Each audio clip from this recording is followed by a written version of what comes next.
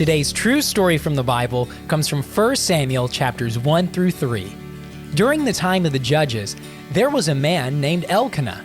He had two wives, Peninnah and Hannah. Peninnah had children, but Hannah did not. Each year, they would travel to the temple. Peninnah would make fun of Hannah and constantly taunt her about not having children.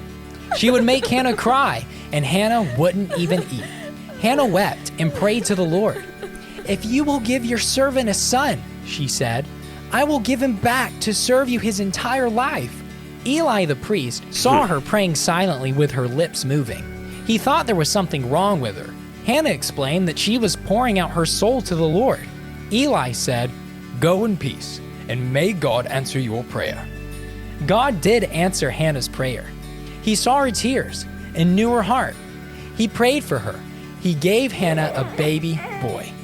She named him Samuel, which means heard of God, because she had asked for him from the Lord. Hannah prayed, praising God. "There is none holy like the Lord.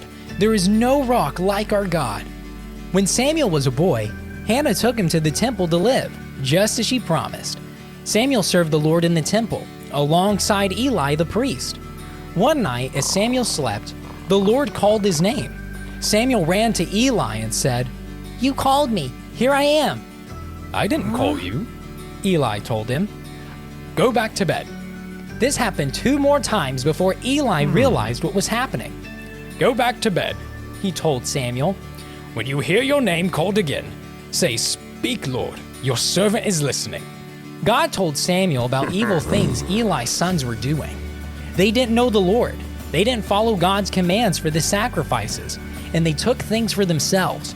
The Lord cared for Hannah and answered her prayer for a child. The Lord also cared for Israel by removing Eli's evil sons, and he raised Samuel to become a great prophet in Israel.